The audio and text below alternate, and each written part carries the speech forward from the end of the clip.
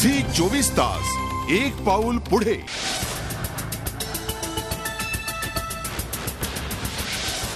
बातमी नागपुरातून आहे। विदर्भात सिंचन प्रकल्पांमधल्या आर्थिक गैरव्यवहार आणि शासकीय दुर्लक्षाच्या मालिकेतला आणखी एक प्रकार समोर येतोय।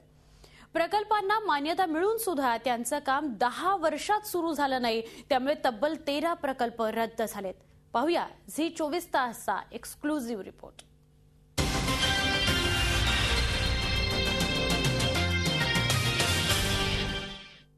मी ज्या जागेवर उभा आहे त्या जमिनीवर येडसंबा प्रकल्प प्रस्तावित होता।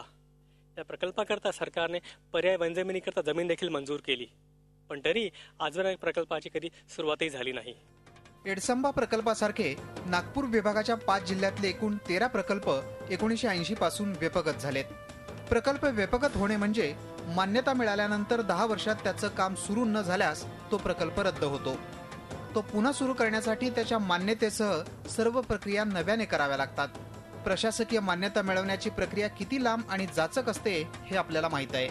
त्यामुळे या प्रकल्पांना आता नव्याने मंजुरी मिळवायला किती वेळ लागेल आणि प्रकल्प पूर्ण कधी होतील याची फक्त कल्पनाच केलेली बरी। येडसंबा, भोटेझरी, सुकडी, मुख्यत्वे मालेवाडा या 4ही गावातील शेती अजूनही सिंचनाखाली नाही। एक सोयाबीन पीक घेतल्यानंतर रब्बी पीक कोणत्याही प्रकारचं घेता येत नाही। शेतकऱ्यांच्या हाताला काम राहत नाही, पर्यायी मजुरांनाही काम मिळत नाही। काम चालल्याच्या नंतर त्यांनी खूप मोठा भरोसा दिला की इथे मोठा तलाव होणार आहे, तुम्हाला खूप फायदा होणार आहे।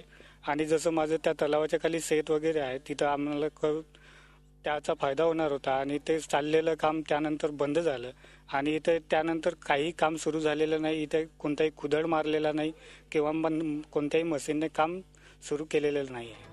सरकारच्या या हलगर्जीपणाविरोधात मुंबई उच्च न्यायालयाच्या नागपूर खंडपीठात एक जनहित याचिका दाखल करण्यात आली आहे।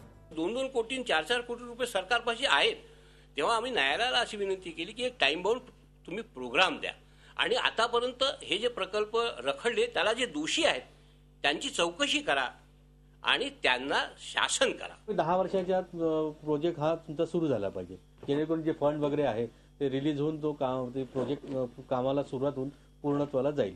पण विदर्भातलं हे 11 जे प्रोजेक्ट आहे ते सुरूच नाही झालं।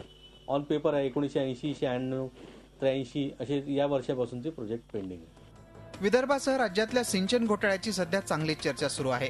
त्यातच विदर्भाच्या वाट्याला नेहमीच कमी निधी मिळतो, त्यात आता या नव्या गंभीर प्रकाराची भर पडली आहे। त्यामुळे विदर्भाचा सिंचन अनुशेष कधी भरून निघणार याचं उत्तर कोणाकडेच नाही। झी 24 ताससाठी अखिलेश हळवे, नागपूर। झी 24 तास, एक पाऊल पुढे।